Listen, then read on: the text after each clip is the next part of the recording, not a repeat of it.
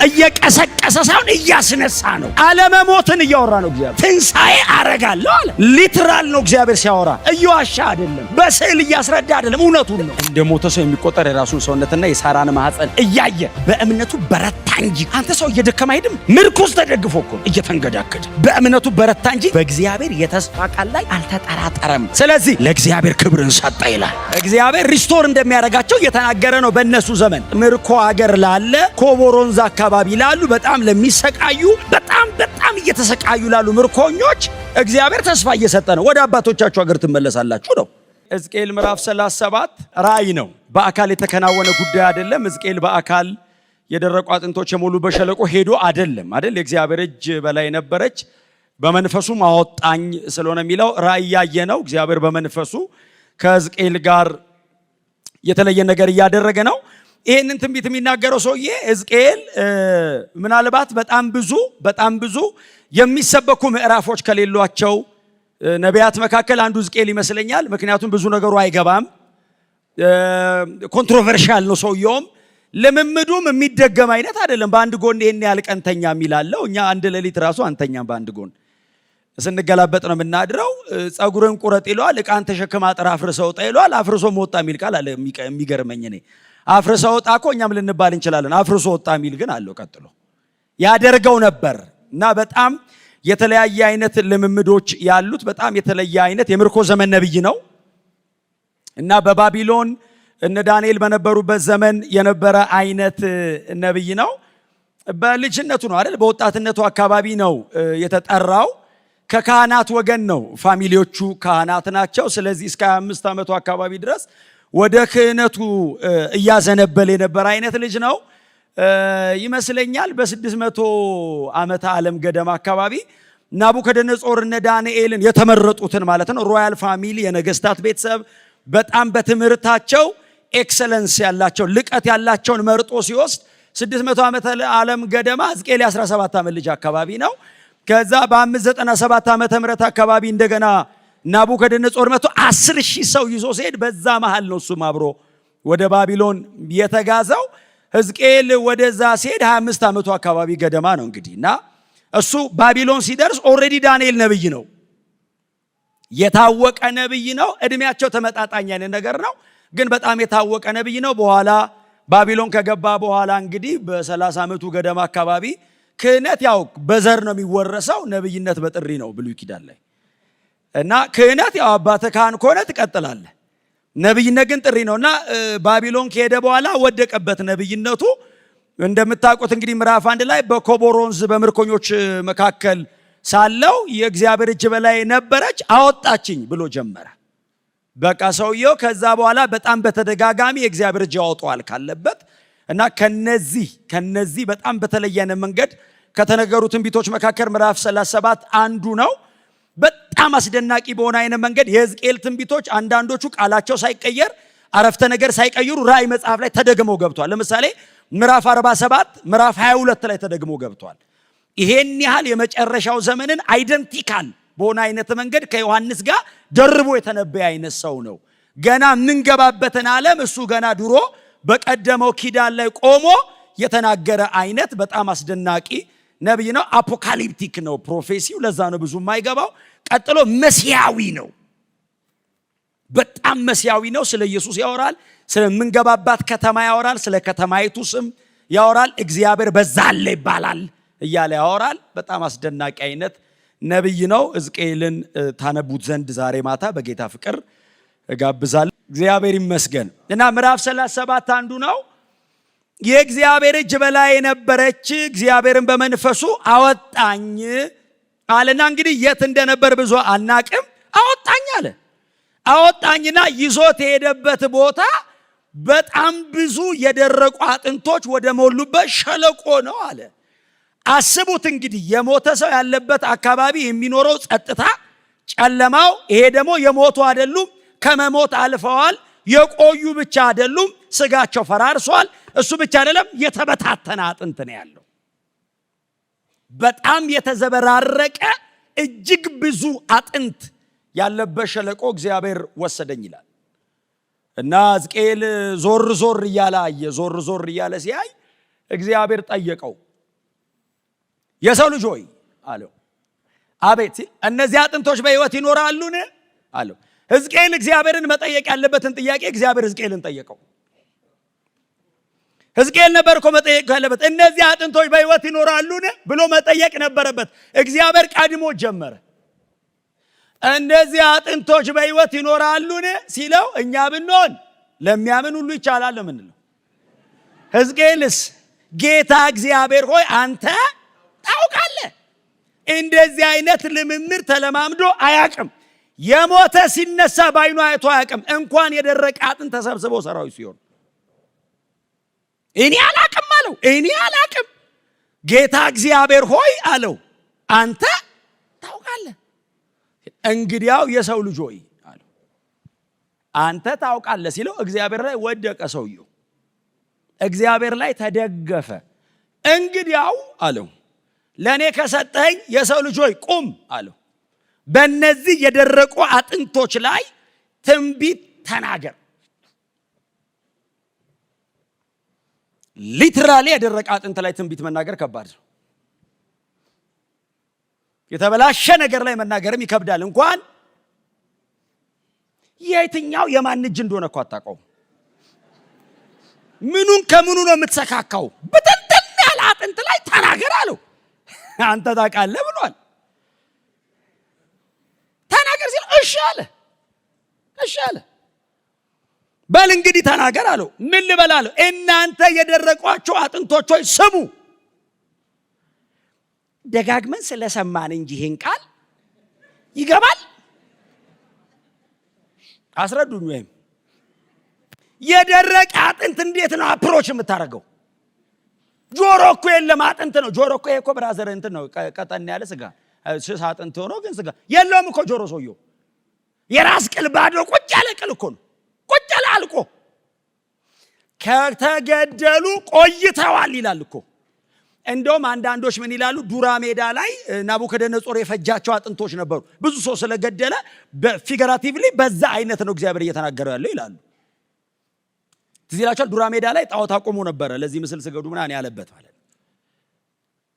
ለአጥንት ተናገር ሲለው እሺ አለ። ምን ልበል? ተናገር። እናንተ የደረቃችሁ በእውነት እንዲህ በሕይወት ላለ ሰው መናገር ከባድ ነው።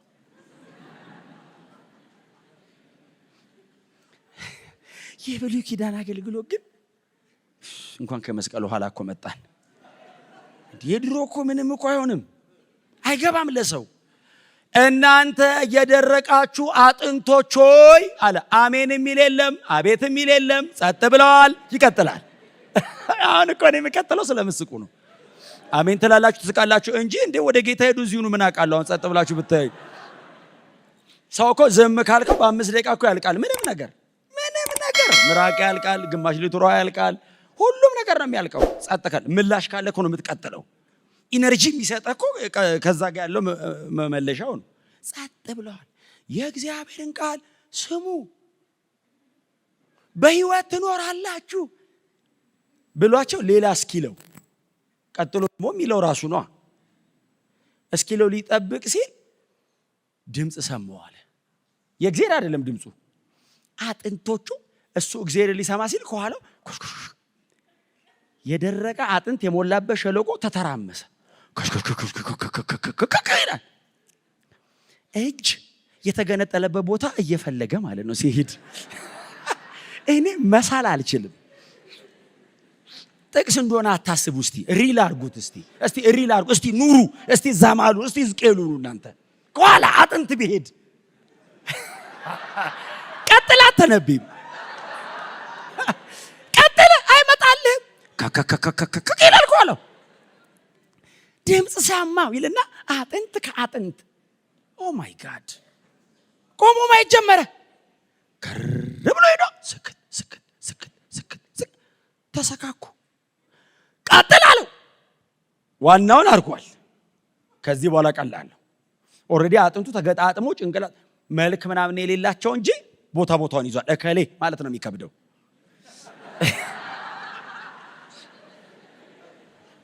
ከዛ ቀጥላለሁ። ምን ልበላለሁ? ለጅማት ትንቢት ተናገራል። እኔ እኮ እኛ ዝም ብለን እኮ ነው የምንታከመው። ሕዝቅኤል እኮ ተናገር ጅማት ይላል። ለጅማት ተናገር እላያቸው ላይ እዘረጋዋለሁ አለው። አሁን መገጣጠም አንድ ነገር ነው። ጅማት እኮ ሰስቴን እንዲያደርግ ነው አይደል? አሁን የተገጣጠመው ሰው ይቆም ብትለው አይቆምም፣ ይወድቃል፣ ይፈርሳል። አልተያያዘማ። እንዲያያዝ ነው፣ ሰስቴን እንዲያደርግ ነው፣ እንዲቆይ ነው፣ እድሜ እንዲኖረው ጅማት አድርግበት አለው። ጅማት ሆይ አለ። እንደገና ተናገረ ጅማት በላያቸው ላይ። ከዛስ ለስጋ ደግሞ አለው አወጣባችኋለሁ በላለው። አሁን ፎርም ነው ስጋ ቦታው ላይ ሲመጣ ማን እንደሆነ ታውቀዋለህ። መልኩ ይመጣል። ፎርም ነው፣ ስትራክቸር ነው፣ ኤኮን ማለት ነው፣ ቅርጽ ያለው ትክክለኛ መልክ። ለስጋ ተናገር ሲለው ስጋ ሆይ በላያቸው ላይ ውጣ። ስጋ ውጣ ይባላል። እኔ ግባ አላለም። ስጋ ውጣ ሲል በላያቸው ላይ ስጋ አደረገ። ተሰካክተው አለቁ። እነ እከሌ ናቸው፣ ግን ስቲል በህይወት የሉም። ሬሳ ነው ማለት ነው። አሁን ደግሞ አለው ለንፋስ አለው።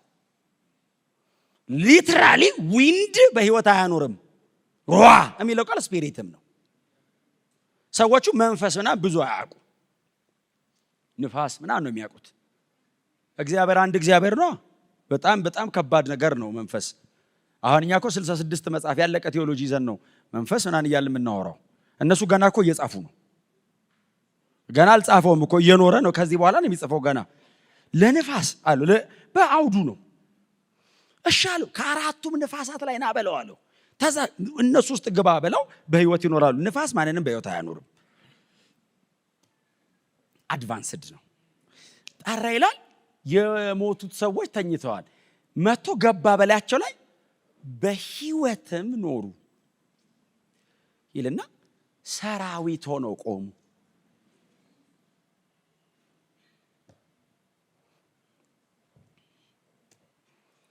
ቃል በቃል ግልጽ ነው አይደል? ክፍሉ በምርኮ ምድር 70 ዓመት የተቀመጡ የእስራኤል ህዝብ ወደ አባቶቹ ሀገር እንደሚመለስ እግዚአብሔር ሪስቶር እንደሚያደርጋቸው እየተናገረ ነው። በእነሱ ዘመን በዛ የሕዝቅኤል ኦዲየንስ የሕዝቅኤል አድማጭ ምርኮ ሀገር ላለ ኮቦሮንዛ አካባቢ ላሉ በጣም ለሚሰቃዩ እንደነ ዳንኤል ቤተ መንግስት ምናምን ለማያውቁ በጣም እየተሰቃዩ ላሉ ምርኮኞች እግዚአብሔር ተስፋ እየሰጠ ነው። ወደ አባቶቻችሁ ሀገር ትመለሳላችሁ ነው። ከተቀጠቀጣችሁ፣ ከደረቃችሁ፣ ከተገደላችሁ ቆይታችኋል እያላቸው ነው። ስዕላዊ በሆነ መንገድ እንዲገባቸው አረገ። ቃል በቃል ትንቢቱ አልተፈጸመም።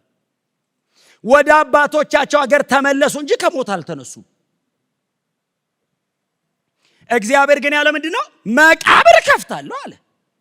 መቃብር ከፍታለሁ ማለት ከባቢሎን ወደ ይሁዳ ትመለሳለህ ማለት ብቻ አይደለም። ሊትራሊ እግዚአብሔር መቃብር ከፍታለሁ ነው ያለው። ትንቢቱ መሲያኒክ ነው። ትንቢቱ ሪዘሬክሽንም ነው። መቃብር ከፍታለሁ አለ። የሞተ አስነሳለሁ አለ። ደግሞ አንድ የሞተ አይደለም አስነሳለሁ፣ አገር ይነሳል አለ። ህዝብ ከመቃብር ይወጣል አለ። ስለ ትንሣኤ ያወራ እግዚአብሔር ቆሞ ሕዝቅኤልም አሁን እኛ እዚህ ጋር ቆመን በመናወራበት መጠን ይረዳል ብዬ አላምንም። ምክንያቱም ጴጥሮስ ሲነግረን ስለዚህ ጉዳይ ትንቢት የተናገሩ ነቢያት ነገሩን እግዚአብሔር በምን አይነት ሁኔታና መቼ ሊያደርገው እንደሚችል እየመረመሩ ምን አይነት ነገር ድንግል ትጸንሳለች ብሎ ተናግሯል እኮ። ወደ ቤት ሄዱ። ምን ማለት ነው? ጸንሳ አታውቅማ? እንዴት ነው የምትጸንሰው? ስለሚናገሩት ነገር ሙሉ ፒክቸር የላቸውም። እግዚአብሔር ስላለ የማመናቸው ልክ ያናገራቸዋል እንጂ አንደርስታንዲንጋቸው አይፈቅድም፣ ኪዳኑም አይፈቅድም። ከሞት መነሳት የሚባል ነገር አያውቁም። እግዚአብሔር አንድ ሰው አስነሳለሁ አይደለም ያለው፣ ሰራዊት ይወጣል አለ ከመቃብር። መቃብር ከፍቼ ህዝብ ነው የማወጣው አለ። ሊትራሊ እግዚአብሔር እኮ መቃብር ከፈተ። ሊትራሊ እግዚአብሔር መቃብር ከፈተ። መቃብር ከፈተ ማለት የሞት አስነሳ ማለት አይደለም። ትንሣኤ ያረገ። ጸልየለት የተነሳው ሰው እኮ ተመልሶ ይሞታል። እግዚአብሔር እያወራ ያለው እኮ ሪዘሬክሽን እኮ ነው። አሁን ሪሰሲቴሽን አይደለም፣ እየቀሰቀሰ ሳይሆን እያስነሳ ነው። አለመሞትን እያወራ ነው እግዚአብሔር። ትንሣኤ አረጋለሁ አለ። ሊትራል ነው እግዚአብሔር ሲያወራ፣ እየዋሻ አይደለም፣ በስዕል እያስረዳ አይደለም፣ እውነቱን ነው። መቃብር ከፍታለሁ ሲል ሕዝቅኤል እንዲህ አለ፣ መቃብራችሁን በከፈትኩ ጊዜ። ይሄ ትንቢት በባቢሎን ላለ ምርኮኛ ብቻ ሳይሆን ሃሎት አማኑኤል ቁጭ ላለ ለእኔ አይነቱ ሰው ነው። ፉልፊልመንቱን ያገኘው ኢየሱስ ላይ ነው። ሊትራሊ እግዚአብሔር መቃብር ከፈተ። ጎናሻለሁ ሰው በትትና እግዚአብሔር መቃብር ከፍቷል በሉት። ይኸውላችሁ ጉዳይ ይስተካከላል፣ የሆነ ነገር ያደርግላል አይደለም። እኔ እያወራ ያለሁት በቁሙ ነው። በቁሙ ክፍሉን በቁሙ ሊትራሊ እግዚአብሔር የሞተ አስነስቷል። እኔ አሁን ጉዳያችሁ ይነሳል አይደለም፣ የሞተ ይነሳል እያልኳችሁ ነው። እግዚአብሔር ከመቃብር ያወጣሃል። ሕዝቅኤል ጋር እግዚአብሔር እያወራ ያለው ምሳሌ አይደለም እያወራ ያለው እግዚአብሔር እውነት ነው እያወራ ያለው። እኔ አንድ በጣም የሚገርመኝ መጽሐፍ ቅዱሳችን አብርሃም ትንሣኤ አያውቅም። ትንሣኤ የሚባል ነገር በሱ ዘመን የለም። አባታችን አብርሃም ሙሴ ራሱ አልገባውም፣ አልጻፈውም። ጳውሎስ ነው ሮሜ 4 ላይ የጻፈው። ሙሴ ነገረ ምንድነው? አባታችን አብርሃም እግዚአብሔርን አመነ። በቃ አለቀ። ጳውሎስ መጣ፣ እምነት አብራራ። ምን አመነ ሲለን የትኛውን እግዚአብሔር ሲል የሌለውን እንዳለ አድርጎ የሚጠራልና ለሙታን ሕይወትን በሚሰጥ አብርሃም ከፊቱ የሞተ መነሳት አይደለም የእምነት አባት የለውም ሰውየው። አብርሃም ግን ሲያምነው እግዚአብሔርን ለሙታን ሕይወትን ትሰጣለህ። አብርሃም ከሞት አልተነሳም። ከሞት የተነሳ እነሱ ቤት የለም። ያለቀለትን የሰራው እግዚአብሔር እንጂ የሞተ ታስነሳለህ አለው። የሌለው እንዳለ አድርጎ ይጠራል ማለት ግልጽ ነው። የለም ና ይለዋል። በቃ ይመጣለታል። አብርሃም እግዚአብሔር ሰማይና ምድር ጠርቶ አመጣ የሚለውን ያመነው ይስሐቅና ብሎት ነው። ይስሐቅና ካለ ይሄንን ነገር ና ብሎት ነው አለ። ያኛውንም ና ብሎት ነው አለ። እግዚአብሔር የሌለ እንዳለ አድርጎ ይጠራል። ማንም አላስተማረውም። ራሱ ከቤቱ ነው ያገኘው። እግዚአብሔር መጣና ይስሐቅ የዛሬ ዓመት አንተ ቤት ይመጣል አለ። ይስሐቅ ብሎ ሄደ። እግዚአብሔር በአመቱ ልጁ አቤት ብሎ መጣ አይደል እንዴ? በአመቱ እኮ ነው የመጣው። ከሞተው ሰው አይደለም የሚለው መጽሐፍ፣ እንደ ሞተ ሰው ነው የሚለው። አስጉድ አስዴድ አይደል? አልሞተም። አብርሃም ያመነው ምንድነው? የሞተ ያስነሳል ብሎ ነው። እንደ ሞተ ሰው ከሚቆጠር ከኔ አይደለም ያለው። ሊትራሊ ሞቶ እየተቀበረ ያወጣል። ቃሉ ነው ኔክሮስ የሚል ቃል ለሚጠቀም ኔክሮስ ማለት ተገንዞ የተቀበረን ሰውዬ አውጥቶ ይሰራል ማለት ነው። አብርሃም ቤቱ ካለው ችግር በላይ ነው ያመነው። ቤቱ እየተጋፈጠ ያለው የሱን እርጅና የሳራን እርጅና ነው። ሲያምንስ አልፎ አመነ። ተገንዤ በገባ አውጥቶኝ ይሰራል።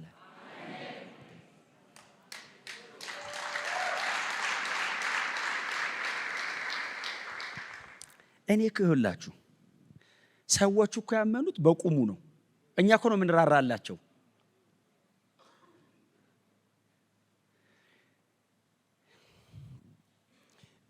የሞተ ያስነሳል ያለው ሁለቴን ያመነው አይደል? ያው እግዚአብሔር ቶሎ ቶሎ አይመጣም ያኔ። ስለዚህ አንዴ ከነገረ እየዘረዘርክ ነው የምትጠቀመው። በየመንገዱ ነው የምትጠቀመው። ቶሎ ቶሎ አይናገርም። አንዴ ይናገርሃል።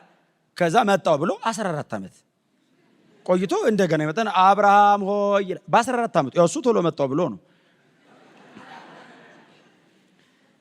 አሁን እንደዚህ አሁን ጾም ጸሎት ኮንፈረንስ ማታ ፕሮግራም ማክሰኞ ትምህርት ሐሙስ እንደገና ጸሎት እሁድ የለም። ያኔ አብርሃም ነው ምእመን የለም። ሌላ እግዚአብሔርን የሚያውቅ ብቻውን ነው።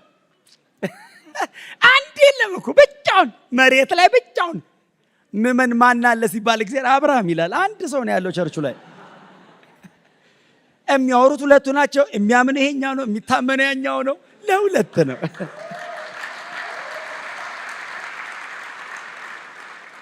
ስሙኝ፣ እኔ ግን ሰዎቹ የእምነት አባት መሆናቸው ልክ ነው እንዴ? እኛ ይሄ ሁሉ መጽሐፍ ተጽፎ ይሄ ሁሉ ሰው ከፊታችን ሆኖ እኮ እንደዚህ ማመን አንችልም። ምንም ሳይኖር ምንም መጽሐፍ እጁ ላይ የለም። እግዚአብሔርንም የኛን ያህል አያውቀውም። እርግጠኛው ነው የኔን ያህል አያውቀውም እኮ አብርሃም። ለምን ወሰደ? ሁለቴ ነው የመጣለት። አብርሃም አለው አቤት አለ። እንደዚህ አለው እሺ አለ። የለም እግዚአብሔር። ከዛ ቀጥሎ ይመጣል። እግዚአብሔር እኮ ተናግሮ ነበር እያለ ቆየ። ለሙታን ሕይወትን እሰጣለሁ ሲለው ራሱን አየና ሳራን አያት። አይ እኛ ደህና ነን፣ ለሙታን ሕይወትን የሚሰጣ ኧረ እኛ ደህና ነን። በ99 ዓመቱ እሷ በ90 ዓመቱ አረጋናንን እንዴ ተገንዘሽ ብትገቢ አውጥቶች ታምር ያደርጋል አለ። እስቲ አሜን በሏ። ብትቀበሪ ይላታል ሳራን ሲሰብካት ማታ ማታ ዲቮሽን የቤተሰብ ጸሎት ላይ ሁለቱ ናቸው ቁጭ የሚሉት። ያው አጋር ግብጻዊ ናት አመጣም ጸሎት ላይ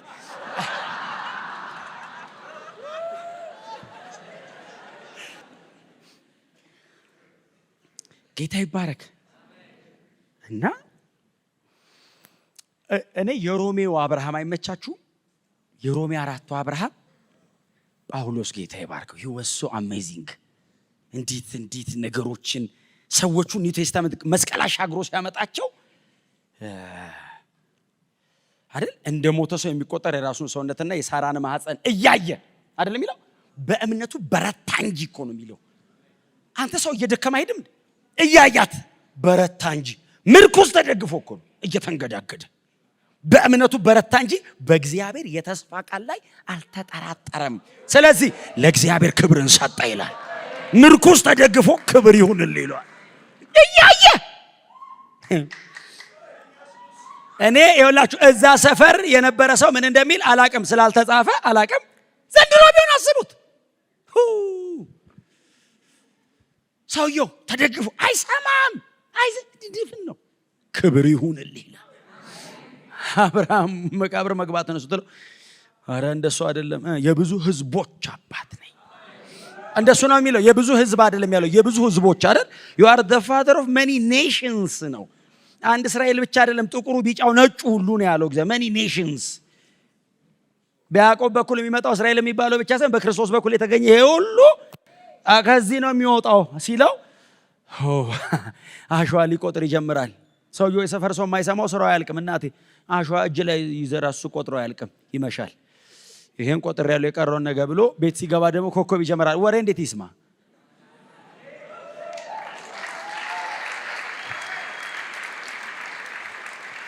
ጎናቸው ሰው ለተነገረ ነገር ጊዜ ስጥ አሉት። አዎ እሺ አዎ አዎ አሜን ሃሌሉያ። ዘን ይወዳለሁ። እንደዚህ ነው ተጋግዘን እየሰበክን ነው ዘንድሮ። መንፈስ እኮ ነው። yes yes አሜን አሜን። እስቲ አሜን በሉ እስቲ። ልጁ ቢሞት እንኳ ሊያስነሳው እንደሚችል ይሄ እኮ ይሄ ስሙኝ ለሙታን ሕይወትን ይሰጣል እኮ ነው። አንዴ ነው እግዚአብሔር ያለው በየምዕራፉ እየመጣ እኮ የሞት አስነሳለሁ እኮ አላለው። አንዴ ነው ያለው። እላዩ ላይ አመነው፣ ልጁ ላይ ደገመው። እየበነዘረው ነው። እላዩ ላይ አመነው፣ ከኛ መጣ አለ እና ይሞታል ሲለው ደገመ እዛው ላይ። እግዚአብሔር ቶሎ አይመጣማ፣ ይሄ ለዚህም ነው አለ። እኔ ላይ ልጄም ላይ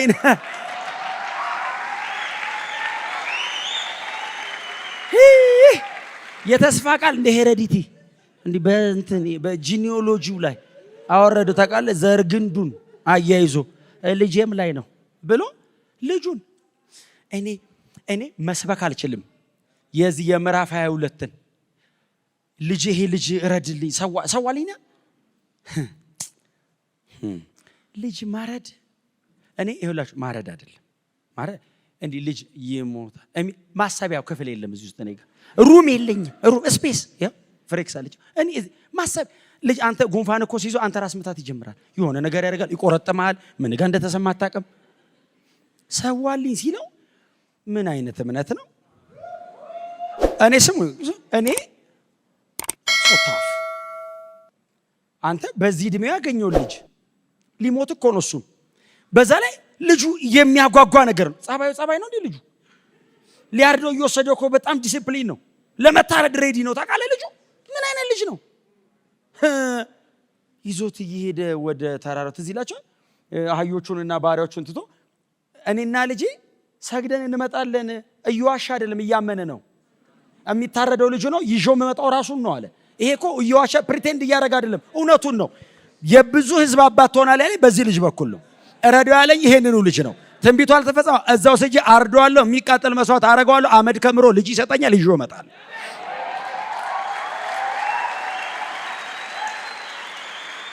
ይሄንን ያመነው። አርደዋለሁ አለ። ሊትራል ሊያርደው ልቡ ላይ እኮ ጨርሷል። መሬት ላይ እኮ ነው የቀረው። አሁን እየሄዱ ትዝ ይላቸዋል። እየሄዱ ኦ ማይ ጋድ እየሄዱ ልጅዮ እኮ ነው እንጨት የተሸከመው። ቢላ ያዘው እኮ ራሱ ነው። አባትዮ እናቴ ራሱንም እኮ አቅቶታል መሄድ። እየሄዱ እያለ አባቴ አለው። ልጅ እኮ ስማ ሊታረድ እየሄደ አይደል? ዝም ብሎ አባቴ ሲል የፈለከውን እገዛላለሁ ነው የምትለው። እየሄዱ አባቴ አለው። አቤት ሲለው እሳቱም ይሆናል አለው። እንደሚያመኝ ታውቃላችሁ? ያመኛል። ስጋዬ ላይ ነው የሚያመኝ። ይሄ ፕሪቺንግ አይደለም፣ ወክ ነው ያደረገው። አብርሃም እግዚአብሔር በግ እንዳዘጋጀ አያውቅም። ያለቀ ምዕራፍ አንብበን ነው እኛ። አብርሃም እግሩን ብድግ ሲያደርግ ቁጥር 9 ነው። እግሩ ሲያደርግ ቁጥር 10 ነው። እየኖረው ነው። እግዚአብሔር መጽሐፍ እየጻፈ ነው። ሰውየው አንድ ብድግ ሲያደርግ እግዚአብሔር የሚቀጥለውን ቁጥር እየጻፈ ነው። አባቴ አለው። አቤት አለው። ምርኩዝ ተደግፎ እየወጣ ነው። እሳቱም አለ ቢላውም አለ አለው። አዎ በጉ ይታል አለው። ዝም ብሎ አይሄድም። እንዴት ይበጠብጣል። እናንተ አብርሃም ጋር ሁኑ እስቲ። ኦ ማይ እኔ እንዳልኳችሁ ነው። አልችልም ማሰብ። የመስዋዕቱን በግ እንዲህ ነው ሊያወራ የሚችለው። በአይኑ የሚያየው ይመስላችኋል? አያየውም፣ አይችልም። እና አብርሃም ቤት ከይስሐቅ ይልቅ እግዚአብሔር ይወደዳል። ያልከለከለው ለዛ ነው። የበለጠ ይወደዋል። ከይስሐቅ ይልቅ እግዚአብሔርን ይወደዋል። ያልከለከለው እምቢ ያላለው የሚበልጥሃል አለው። እኛ ቤት ይስሐቃው ካንተ እግዚአብሔር ለኔ ይበልጥብኛል እና አልከለከለው በፍጹም። አንተን ብሰዋህ ይቀለኛል እሱን እምቢ ከምለው። ይሄ ሰው የእምነት አባት መሆን የለበትም። ያሳምናል። እውነት ነው። የመስዋዕቱን በግ እንዴት ሄቪ ነው። አጥንት አይሰብርም፣ በቁማተ ሞትም እግዚአብሔር ያዘጋጃል። ጀስት ኪፕ ዎኪንግ፣ ተራመድ አለው። እግዚአብሔር ያዘጋጃል፣ ተራመድ።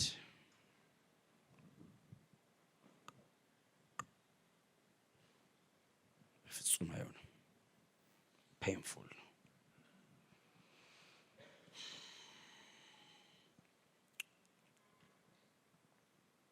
የሆነ ነገር መተው ከባድ ነው፣ እንኳን ልጅ ማረድ።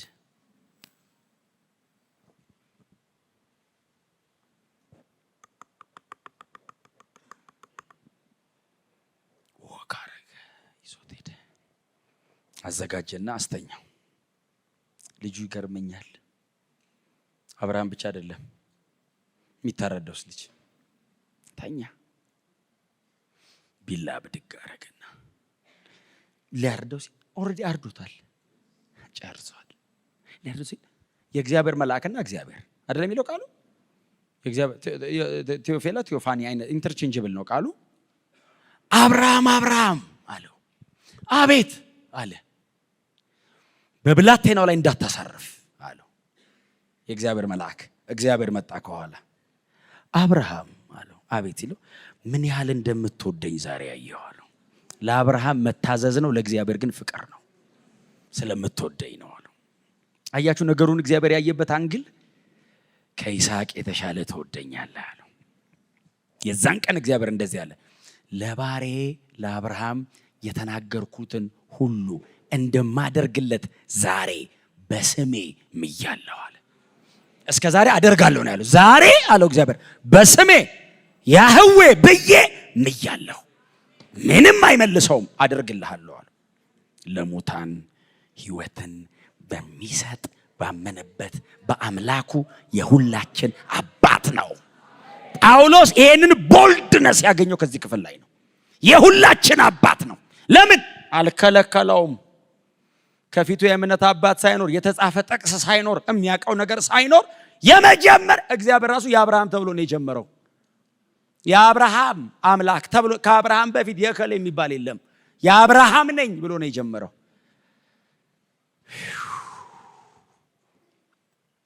መቃብራችሁን እከፍታለሁ አለ።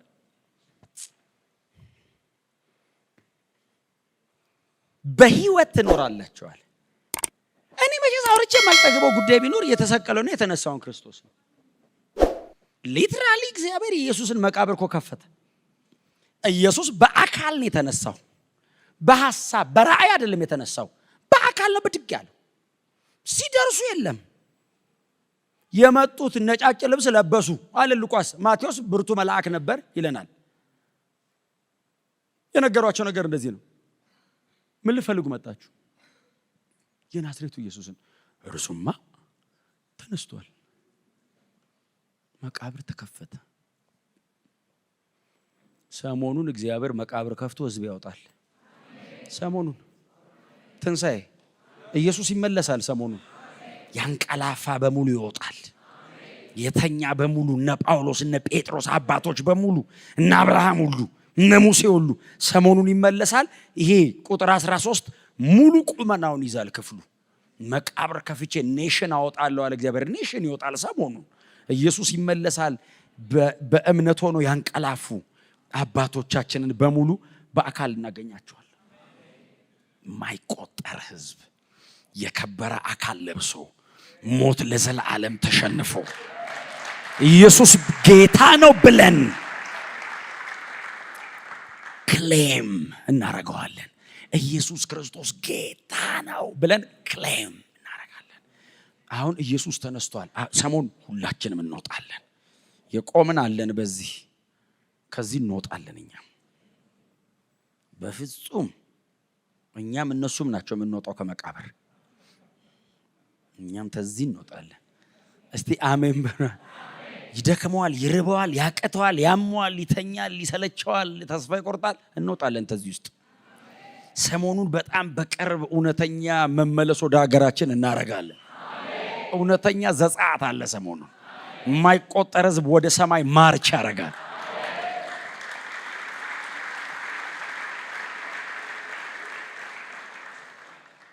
እግዚአብሔር መቃብር ከፍቷል። አሁን ደግሞ ይከፍታል።